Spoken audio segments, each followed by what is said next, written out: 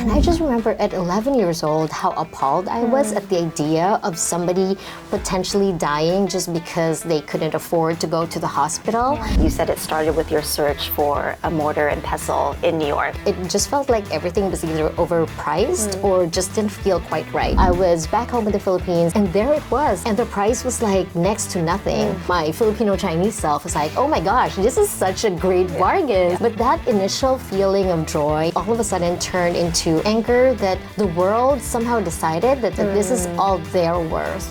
It's really amazing that you've got this kind of built-in network who all happen to be Miller Center entrepreneurs to share resources and can't really put a price tag on that. And I'm so glad that, Miller Center really took our feedback very seriously, and, within like 9 months, we were already in Nairobi.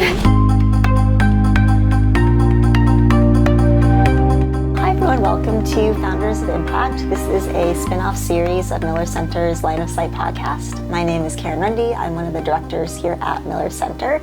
And today I am very, very excited to welcome our esteemed guest, the one and only Nathalie Llorente-Lim of LIKHA, CEO and founder. Welcome, Nathalie. Thank you so much for having me, Karen. It's so nice to be here. I'm really, really glad you're here just because, we're physically at Santa Clara, we're physically at Miller Center. You are here for a specific reason. Do you want to quickly talk about why you're here? Yeah, so I'm part of the Alumni Advisory Council of the Miller Center. So I'm here for the board retreat tomorrow, and we have our own little Alumni Advisory Council meeting today as well. Yes. So really looking forward to that, getting our entrepreneurs physically here for a meeting. It's going to be great. But before we talk about all that, I want to talk about you and your business. So if people were to ask at a high level what LIKHA is all about, how would you describe it? So thank you for the question. LIKHA is a lifestyle brand, essentially, that's redefining the way we think about handmade goods. So we focus on home decor and fashion accessories and essentially just create pieces with a story. So when I first started LIKHA, it really kind of was from seeing the need for sustainable, impactful, thoughtful goods and how there was a growing demand for it. And at the same time, I'm Filipino, so I was born and raised in the Philippines, and I see so many of our artisans, so skilled and talented, full of creativity, and they make all these beautiful products, but there's just no way for them to get their products out to the market. And so LIKHA was created to sort of, bridge this gap between the consumers who are looking for authentic connection and our artisans who are looking for sustainable livelihoods. So it's really kind of, putting the two together. I like that a lot. And then what does LIKHA mean? So LIKHA is actually a Filipino word. It's Tagalog for creation. So it's like creating a piece of music or a work of art, and it's really about celebrating craftsmanship, celebrating our artisans and their stories. Yeah, that's really cool. So when I go on LIKHA's website, first of all of the products there are just so beautiful and have this like very elegant aesthetic. And I also really like LIKHA's logo itself. What can you describe what the logo is, or what the inspiration is for it? Yeah, we had a few different iterations. We went through so many different versions. I think we ended up with it's like the letters LIKHA, but at the end it's like hand also that's like holding something up. Yes, I totally see that. That's cool. So like holding an object. So that's how it kind of came to be. And fun fact, so we had, we worked with different designers, but in the end it was actually my brother who ended up designing our logo. Really? He's a graphic designer. Really? And he was like, well, let me take a stab, because I just felt like, the ones we previously came up with just didn't speak to me and to the brand. So so that's how it came about. Oh, that's beautiful. That's really cool. So the other day when I was preparing for talking with you, I came across an article. It was an interview you did a few years ago where you talked about the genesis for LIKHA. And I liked how in that you said it started with your search for a mortar and pestle in New York, where you were living at the time. And that kind of led you by happenstance to found LIKHA. I was wondering if you could share that story, because I thought that was just really cool. Yeah.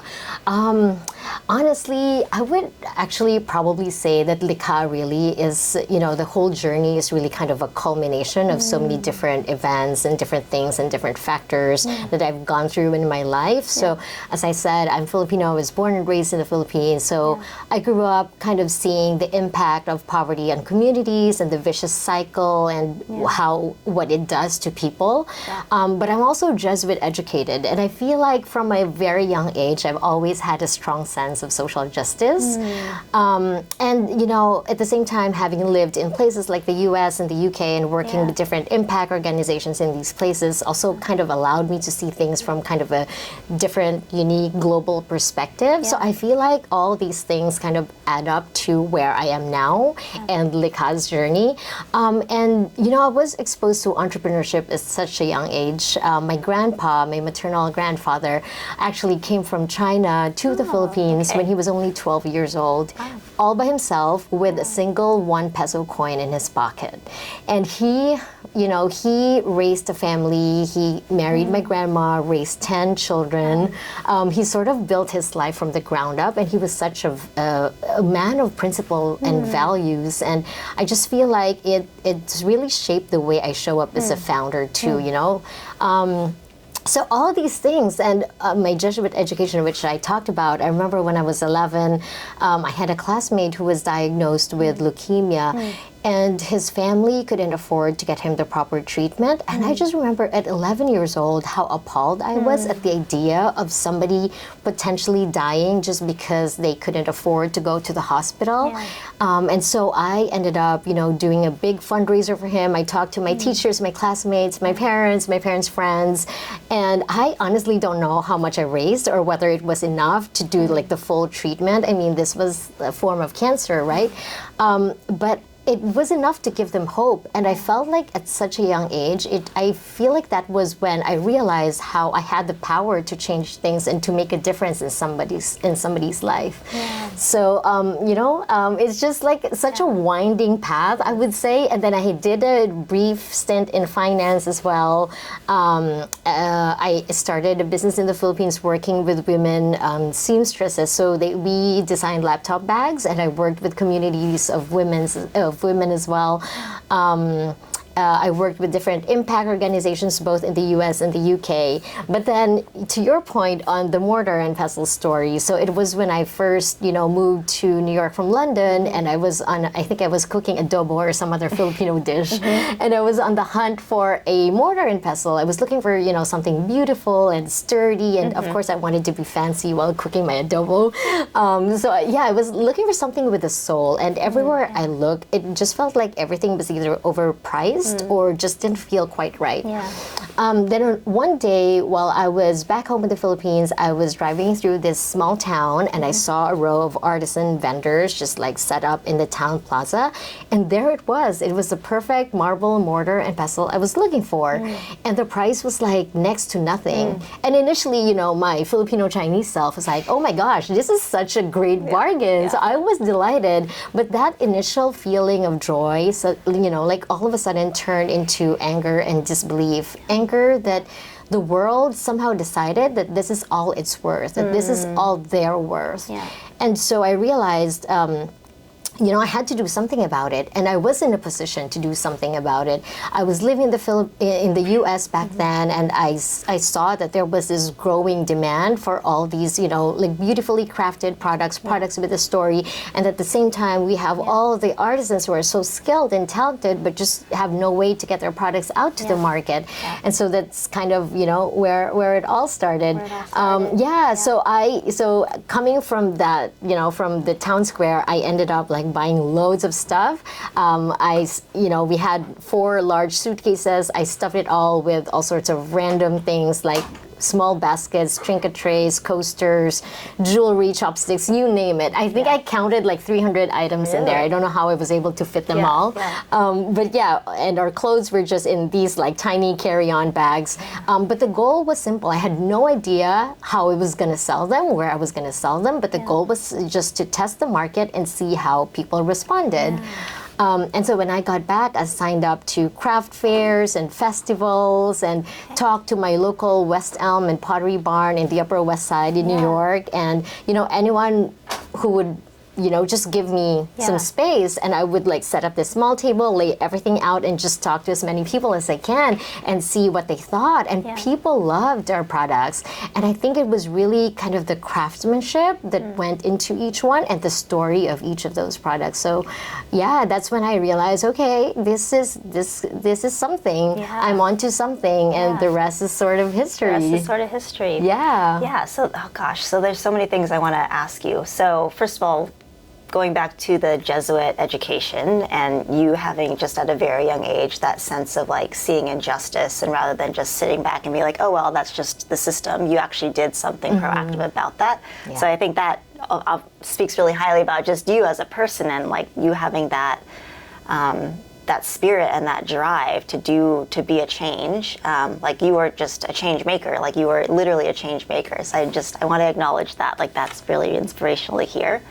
And then also, I would like to acknowledge the Jesuits and all this, and I think that's also what makes Santa Clara even more special for me. Our link with Santa Clara, it didn't stop from my my college and my university education. Now I'm back to where it all started. So it just makes it even more special. Yeah, I mean, you kind of beat me to it. I was also going to say, like, yes, Santa Clara University is a Jesuit university, and we teach our students, sort of the Ignatian principles of like what can you do in service to others. So not just leading a life of having a career, but how can you have a career that has a purpose and, as we said, is in service to others. And so it's really about teaching students to connect your head to your heart and your hands. So I love that. So I just coming myself not from a particularly Catholic or Jesuit background, like those sentiments really resonate with me, because it's essentially just kind of being how to be a good person, how to be a decent human, which I think in this day and age is what we need more of. So it's really nice to be able to talk to somebody like you that just sort of inherently understands those principles. And then, so coming up to kind of you going back to the Philippines, and rather than being like, hey, I've got a good deal here, but you're like, no, this is actually really, this isn't okay. Like, we're talking about equity issues here.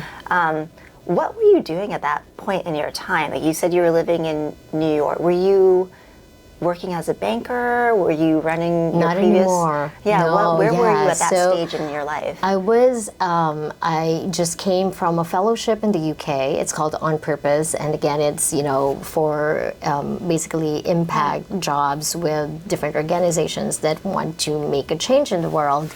And I moved to New York. It was a little challenging. I did not realize this at first. So my husband is Canadian and Filipino. He has both citizenships. When we moved, I only had a Filipino passport. And it wasn't as easy to get a work permit. So they don't automatically grant spouses a work permit. So it was challenging to find somebody who would sponsor me. So I was doing some kind of consulting work for a Filipino organization who works with like kids and nutrition and all that, but at the same time I was like thinking, okay, so what do I really want to do, and do we want to stay in the US for a little bit longer? And that's where I'm like, well, this is like the best time to start a business. And as somebody who didn't have work permit, I can start a business, but I couldn't just like get employed. Right. So like, okay, this is perfect. Yeah, so it kind of all was like serendipitous in a way. Exactly, yeah. Everything just kind of fell into place. Yeah. Okay, so walk me through this. So you brought all of these wares from the Philippines in your luggage, and you're back in New York, and what does that look like in reality? Were you just like knocking on the doors of the West Elms and being like, hey, look at my products? Okay. Pretty much that. So I looked up all these like random street festivals, and I know you guys have them here in California too, because we did them for a while in California. And I think it's really kind of the best way to get real-time, face-to-face feedback from your customers. So that's what I did. Week after week, I would be out in the streets, like selling all those random stuff, random but beautiful for sure. Products, and then I just went to Pottery Barn. I'm like, can I speak with your manager? You have so much space here, and I'm sure this will also draw people in. Can you give me this like little table where I can set everything up? And I showed them the products, and they absolutely loved it. And again, this is another story that comes full circle. We're now talking to Pottery Barn, and talking in a much bigger scale. Right. So yeah, that's incredible. Yeah, I feel like LIKHA has been just acknowledged in a lot of very high-end places. Like you're featured in Martha Stewart, you're featured in Oprah. Like all of these kind of well-known folks have acknowledged LIKHA and the sort of like the brand authenticity and the quality of the products too. So that must give you like a pretty good feeling. Yeah, and I think it's really not me personally, but I think it's really a testament to the products that our artisans are capable of making, and I think it's really about that. We're elevating the image of Filipino craftsmanship, and it's been there all along. I can't take credit for what they do. I don't even know how to make a basket myself, so that's a skill that I totally respect, and it's all already in there. All they needed was this sort of connection to the market. And I think when we were kind of thinking about, okay, what can we do? We explored different models. We were thinking, okay, what are the biggest challenges of these communities in terms of, getting their products to the market?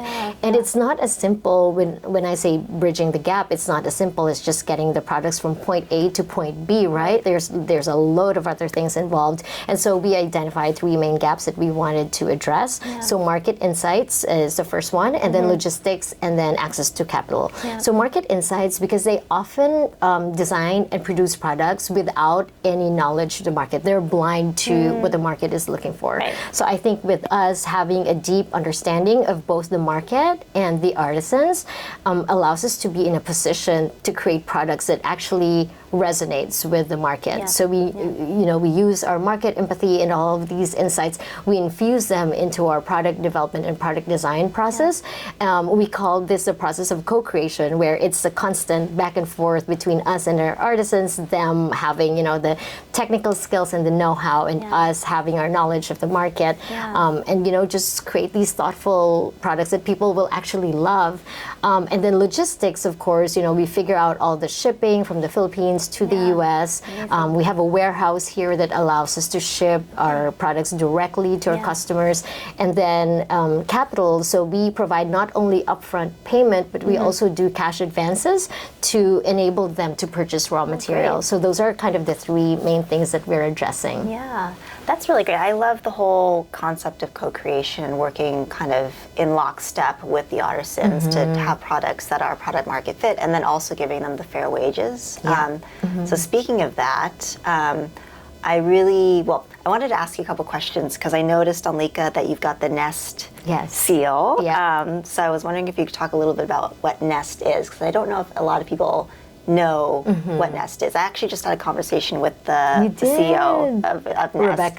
Rebecca and her husband. Because they wanted to do maybe a webinar with some of our entrepreneurs that work with artisans. But I don't know if you could maybe share a little bit about what Nest is all about and why it's important to have these kinds of seals. Yeah, so Nest is a nonprofit that's based here in the US, but they work with so many artisan brands from all over the world, and it's really recognizing that supply chains in developing countries is not sort of your factory centralized setup, right? So they recognize that there are these like home workers, and that there have to be specific standards for these home workers as well. So going through the Nest Ethical Handcraft program was actually a very rigorous process. It took us more than a year maybe to get there. But we look at different things like fair wages, health and safety, the working conditions in the workshops, child labor, all those things, And I would have to say, it's been a little challenging implementing some of those. We talk about fair wages, but, this is something that's not as not as common, I would say, in the Philippines, right? Especially in this sector. So initially, when we had all these conversations, we did our time and motion. We figured out how much it takes an artisan to make one basket, for example, and how much they should be earning. We figured that some of the artists were not getting paid fairly. And so we had these difficult conversations, but we actually had some resistance coming from the artisans themselves. Interesting. So there's a lot of things that play here. So, you don't want to go in there and bulldoze them with all your ideas and totally disrupt the market, right? So there's a lot of cultural implications, community impact, all those things, market disruptions that you just don't want to get there. So it's always kind of a constant dialogue. So we've slowly, you can't just easily triple their wages all of a sudden, because this will completely destroy everything else, right? So we had to slowly kind of work our way up. And it's still a constant dialogue. We're not there yet. I'm not saying we're perfect. There's still a lot of work to be done. And I'm just really lucky because we have such a good team on the ground. I think you've met Jude. Have you? She's part of the leadership circle of Miller Center. I haven't met her in person, but I have had many online engagements with her. But, also really impressive person on your team for sure. So you've got some really quality team members, I would say. Definitely, and Jude actually just came from, I think a few weeks ago, she just came from our Nest reassessment, and she went to do our community visits. And she was saying how, we're starting to feel the impact of the work we're doing. So we're seeing all these like tangible improvements in the lives of our artisans. So some of our artisans have been able to send their kids to college. Some of them have been able to purchase land for themselves. They were able to improve their homes and make them more climate resilient. Some of them even have like really fast, high-speed Wi-Fi. So she's like, oh, now it's so easy to work from here because I get, I get internet connection. So, all these little things that may not be immediate impact. And I think that's, being in this field, you have to have that patience and, and persistence to see things through, because definitely you will meet a lot of challenges along the way. Yeah, it's very true. I mean, if you're looking for impact, a sustainable impact, you're so right. You really have to take sort of like the long-term view of what that looks like. Exactly. But you will start to see it, like all of these tangible impacts that you just said Jude recognized. And are you tracking that? Yes. So Jude's been doing a great job, and we have to thank Miller Center for it. We worked with Cynthia for the social impact programs, the social impact measurement program. Good. And we've really identified our theory of change, what metrics we should be looking at. So we do it on a regular basis. So Jude does all of the community visits, and a few of our other team members, and we always kind of get these, and sometimes you don't see them in numbers too. That's you have true. to really it's a bit more qualitative. I think you're right. Yeah.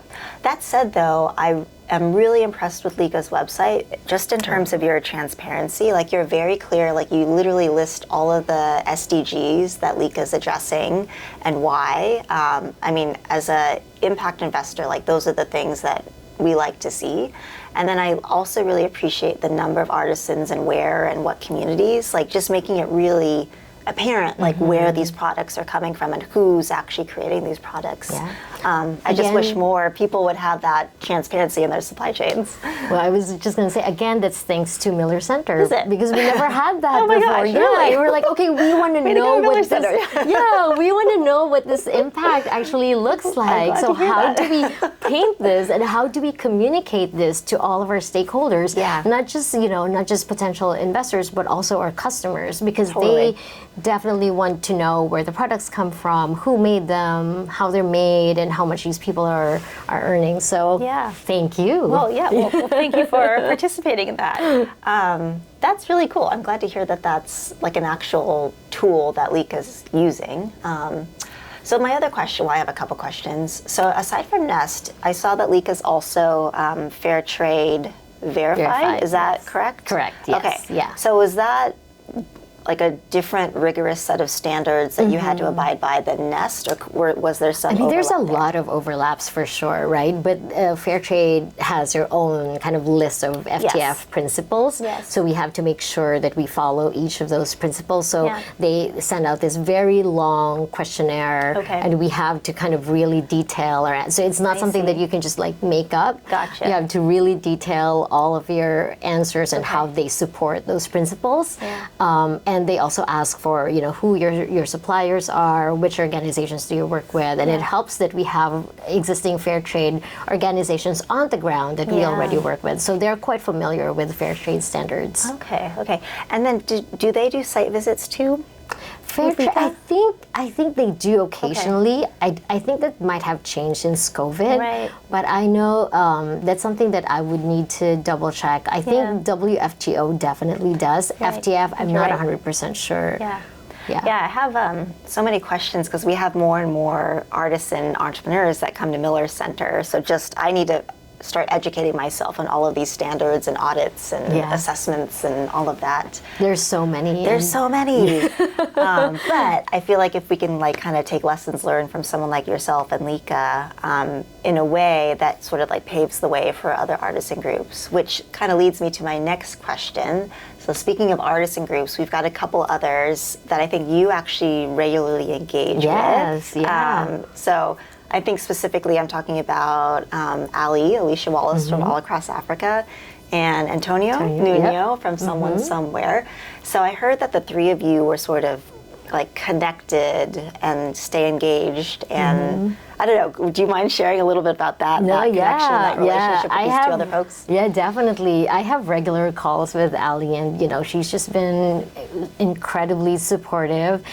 We exchange notes all the time, you know, like which shows are good and what channels are doing well, which ones aren't, what are you guys doing to, you know, to kind of address the tariff situation and all that. So there's like a lot of knowledge exchange between us, and I love the fact that there's just no holding back. It really feels like you're there to support each other and to help each other. I'm actually also having breakfast with Sarah, who's founded another artisan brand. Sarah Sterling? Wait, what's Sarah Lynn? Sarah Lynn from Ellie Funday. Yeah, Ellie Funday. Yeah, very cool. Yeah, she lives just like right down the road here. Yeah, so I'm having breakfast with her. But Sarah Sterling, you mentioned too. So I would also have regular calls with Sarah. I know her brand is very young, so you know, I would share whatever I know. Especially, I think for us, we're very open to helping anyone who's interested in getting into the U.S. market. Just to kind of, there's a lot of things to navigate, especially if you're not from here. You know, just understanding all of those things. And then of course Antonio, my gosh, you just have like so much to learn from Antonio. Yes, so, he's a wealth of knowledge.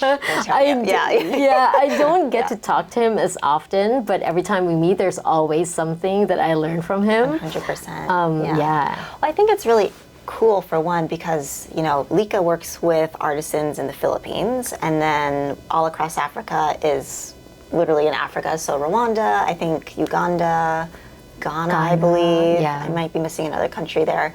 And then Someone Somewhere, that's Antonio's organization, that's Mexico. So, I mean, very different artisan groups of different regions of the world, and yet there's a lot of commonalities there in terms of how you source and how you sell, and like you said, tariffs is a big thing now, and it's really amazing that you've got this kind of built-in network who all happen to be Miller Center entrepreneurs to share resources, and you can't really put a price tag on that. You know, I just think that in itself is just so invaluable. So it's really just cool to hear that you have that relationship with them.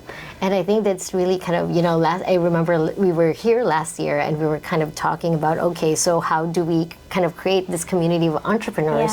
And I'm so glad that, you know, Miller Center really took our feedback very seriously, and you know, within like 9 months, we were already in Nairobi.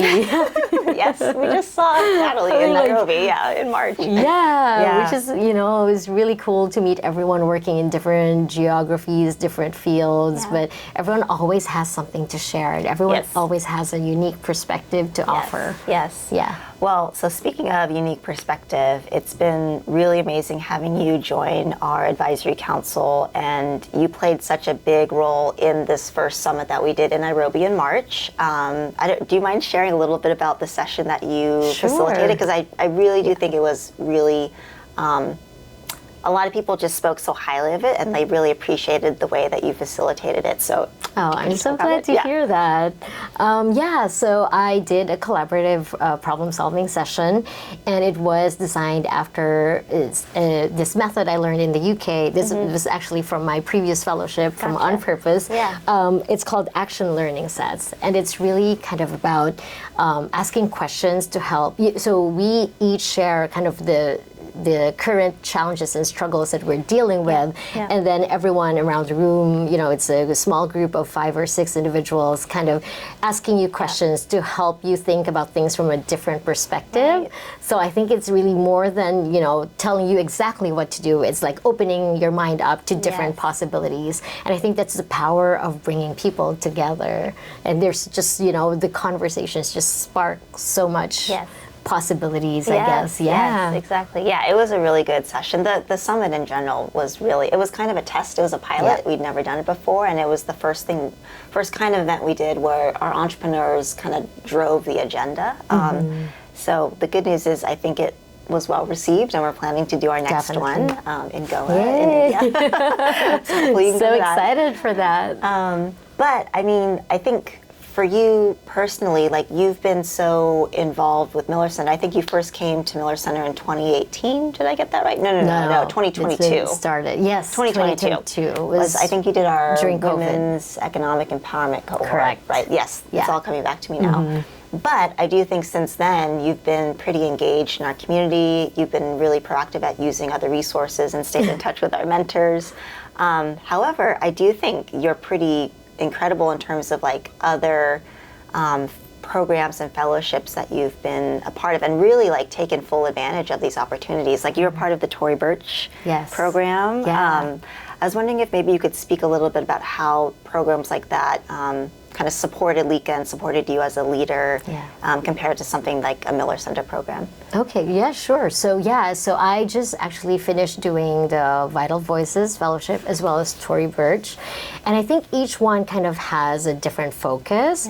I feel like what Miller Center really does particularly very well, and I think this is where you guys stand out, is the mentorship program. I think Miller Center does mentorship like no other. It's it's this 6-month structured curriculum, but you have your mentors walking with you along the way. So it almost feels like, and especially since when we first joined Miller Center, we were like a very young organization, very small, and it felt like you just have this team of incredible people really invested in you, rooting for you and your success. And they are very accomplished people, and they come from different industries. So having those different perspectives, challenging you, poking holes in your business plan or whatever, I just felt very supported all throughout. And I think that's really kind of what sets Miller Center apart from all these other programs. And I think also the other thing that I've benefited from the other programs that I'm also starting to see in Miller Center is that sense of community, and making sure that that all the entrepreneurs come together and share all these knowledge and resources.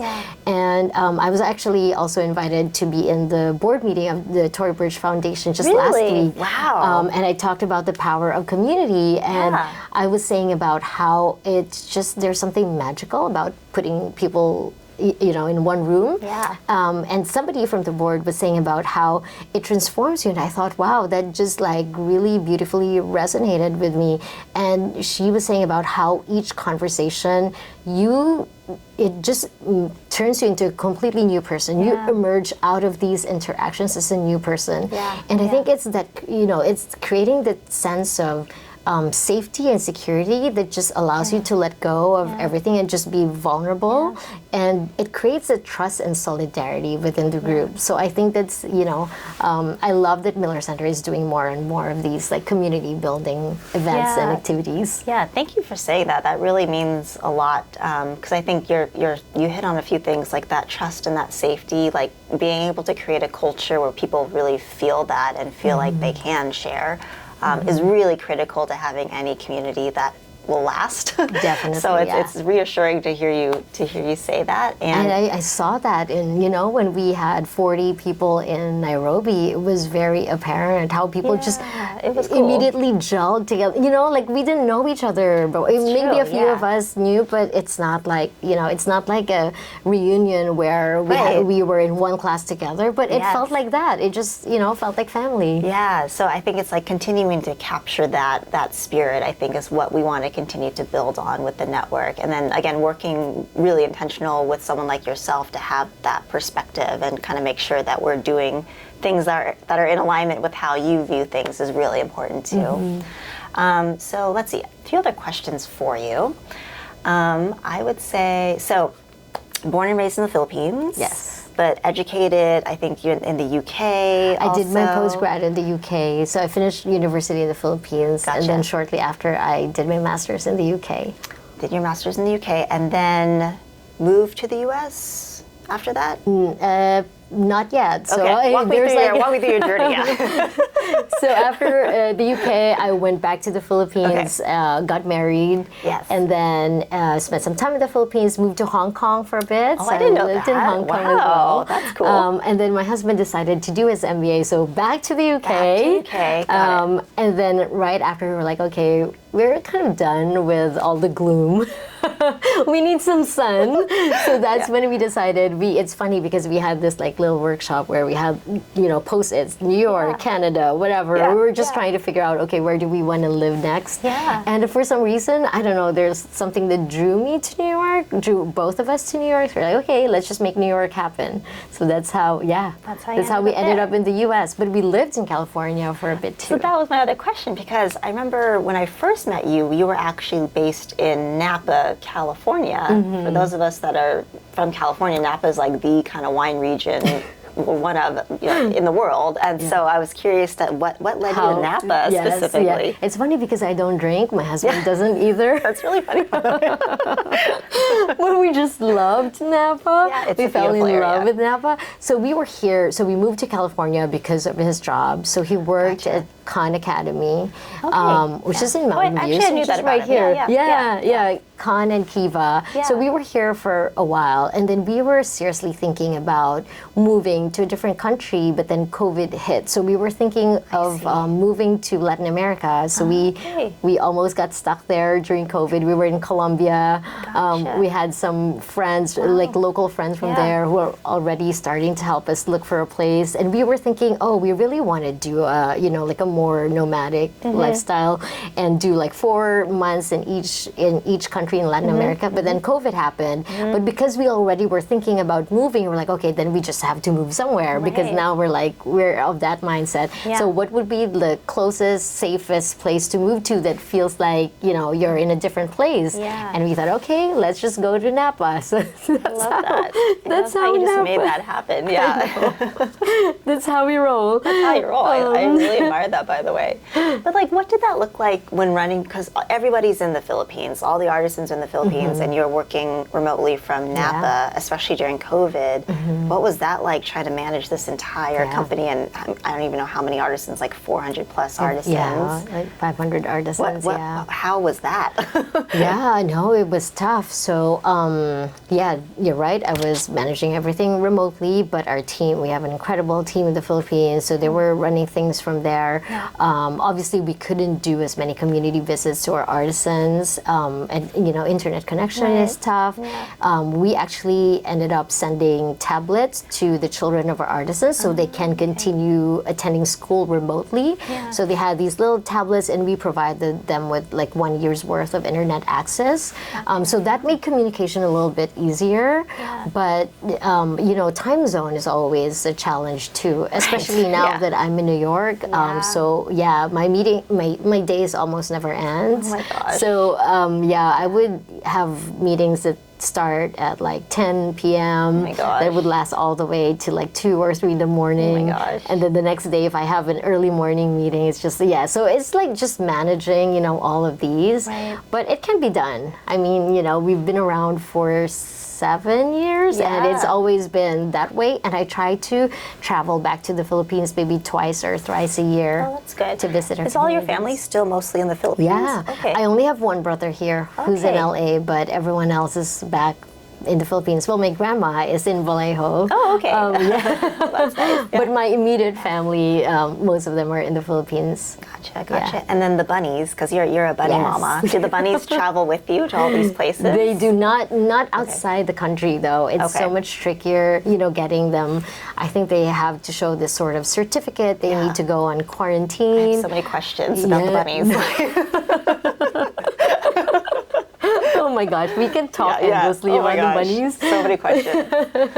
So you've never brought the bunnies with you to the Outside the Philippines? country, no, but they always travel back and forth between New York and California. Gotcha. Yeah. Do you keep them on the airplane with you, or are they in like a separate carrier? Yeah, they're in a carrier, but Okay. we always make sure that they're in the cabin with us. So Okay. I think that's the other challenge with traveling internationally. Yeah. There's no airline that allows you to bring bunnies in the cabin, so you need to put them in the cargo, which I can imagine would be terrifying. Yeah. So we just don't want to subject them to that. No, So that sounds very traumatizing, especially No. for bunnies. yeah. So California is the farthest they can go for now.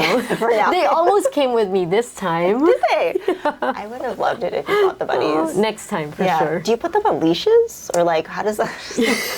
I got so many questions about bunnies. No, they're just Yeah. inside the bag. Oh, okay, okay. I mean, occasionally we would try to, and kind of, you know, it's different though. It's different yeah. from dogs. Like they have their own minds. They won't listen to you and where you want Right. them to go. Yeah, yeah. Oh my gosh. Yes. Wait, it's the two bunnies, right? Two bunnies, yeah. Yeah. What's next for LIKHA? What are you most excited Yeah. about right now? No, so yeah, we're really trying to get into more corporate, retail, okay. hospitality, brand partnerships. So I don't know if I've shared, but currently we do mostly B2B2C. Yeah, yeah. So we work with different retailers, independent retailers, museum shops, resort shops, and you know, a few like mid-sized national retailers, Anthropology, Yeah. Urban Outfitters, Home Goods. But we're kind of trying to get into like, you know, corporate giveaways, for example. Yes, yeah. And then we started working with Auberge. I don't know if you're familiar with them. That sounds really familiar. They're a group of like luxury resorts Okay. all over the Yes, world. I have actually, yes. Yeah, Yeah. they have 2 in Napa actually, 2 or 3 hotels in surprised, Napa. yeah. Yeah, so really excited about growing that. That's cool. We're partnering with a fashion brand, and I'm not sure if I'm allowed to say it yet, but so I'll keep the name Yeah. off. But yeah, so excited we're about excited that. for Cool. Spring Summer 26 launch.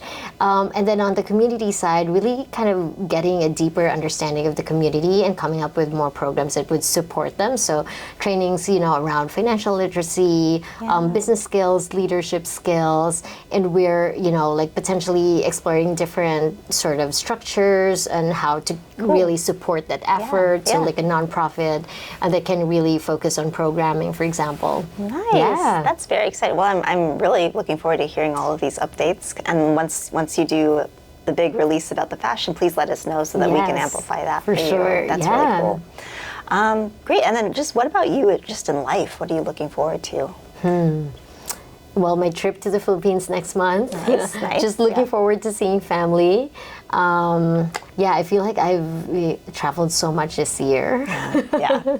I feel like I'm exhausted with travel, but yeah, it's always just nice, you know, coming home and seeing family and spending time with them. Nice. Well, good. Yeah. I need to go to the Philippines. It's been on my list of places to Yeah? go for a while. Oh, you just like should. visit all the islands. Yeah. You One definitely of these days. should, I'm yeah. gonna go. It's gonna happen. Okay, so these are a few questions that we like to ask all of our entrepreneurs. Okay. But what books or podcasts are you currently reading, or would you recommend to our viewers? Okay. And it can be related yeah, to so anything, not anything. just arts Okay. and stuff, but anything else. Okay, so interesting because I'm actually not a podcast person. A lot of people aren't that go on this podcast. Yeah. Well, a lot of people say that they don't listen to podcasts. It's like, okay, great. But I'm huge on audiobooks, so I have my audiobook, and that's why I renewed my membership. All makes sense, yeah. So I'm on Libby all the time. So I usually kind of rotate between like 2 or 3 different books at the same time. So right now I have The Anxious Achiever by Maura Mealy, I think that's her name. And it's just, it talks about how we see anxiety and how we should normalize it and use it to our advantage. Yeah. And I think especially in this day and age when you and I talked about it earlier, so many things are changing, the socio-political landscape, there's so much uncertainty. Yeah. And even as an entrepreneur, you just face so many things every single day. Right. And you have to make decisions based on incomplete information. Yeah. So all of those, anxiety-inducing, plus all of these, inner critic and all of our childhood traumas, that all come into play. Yeah. So how do we deal with all this anxiety and just turn it into something positive? So I like that. I'm only in the first half of the book, so I'll let you know when I get to it. Please let me know, yeah. It sounds like something I should read. So. Yes, yeah. I think all of us actually needs it. And then I'm also listening/reading The Artist's Way and The Listening Path by Julia Cameron. Yeah. I've actually read this book a long time ago, but I'm rereading it now. It talks about how each of us has this like inner artists within us that we've sort of learned to suppress over time, but it teaches us how to like reconnect with our inner selves and our inner artists and just like bring out our creative selves once again. So I love how it talks about morning pages, the stream of consciousness. I don't know if you've heard of it. Yeah, first thing in the morning every day you just write 3 pages and without thinking before you even make your first cup of coffee or whatever. And then artist date, how you should set some time for yourself every week just to do something you love that allows you to connect with yourself. So it's, it's just like grounding you. And it allows you to rediscover yourself, but also your relationship with God. So there's a spiritual part to it too. So I think those are what's keeping me sane, like listening to these books and like learning how to kind of ground myself. That's really cool. Actually, someone recently gifted me The Artist's Way, so it's been sitting on my desk. Yeah, it's the next book I'm planning to read. I love it. Yes, you should definitely. I will. Don't worry. All right. What's one thing you can do as a leader now that you couldn't have done back in 2018 when you first launched LIKHA? Good question. Yeah. I feel like before I was very kind of laser focused on results. Very results driven, output driven, to the point that I would, neglect an individual's needs. And I feel like now I've evolved into a more kind of people-oriented leader where I'm always thinking about how I can bring the best out of my team and allow them to be their best selves. So I think, it's really kind of creating that culture of trust and we don't have like a huge team, right? We're still a very lean company, but I think it's really kind of creating that culture where people support each other, empower each other, and when I say culture, I think there's also something to be said about it's not just like hiring the same type of people as you are. It's really more the togetherness than the sameness, right? So it's, so I think I've learned to really embrace, like culture as probably the most valuable asset you have as a company. I completely agree with that, by the way. That's beautiful. Great. Well, if folks want to reach out and connect with you or get a hold of LIKHA, what are all the channels, the best ways to connect? Yeah, so with me personally, probably email. I'm very old school. But we do have our, social media accounts. We are on Instagram. We're on LinkedIn as well. And I would just love to chat with as many, social entrepreneurs as I can and share whatever I can and learn from them as well. Yeah, great. Wonderful. Well, thank you so much, Nathalie. It was so nice speaking with you and in person, by the way. It's really great to see you. And I think we got it. Is there anything else you wanted to share that we didn't talk about? No, I think we've covered pretty much everything, including bunnies. Including bunnies. That was like the highlight of the conversation for sure. So thank you so much for having me, Karen. And I'm always really happy to be just part of the Miller Center community and to meet all these like incredible social entrepreneurs and the staff of Miller Center as well, and all of our mentors we've worked with as well. You guys have just been so supportive throughout this whole journey, so we really appreciate that. Aw, thank you for saying that. Yeah, you're a part of this community, and hopefully you'll be a part for years to come. Yes, for sure. But yeah, I think we got it. Perfect. Thank you.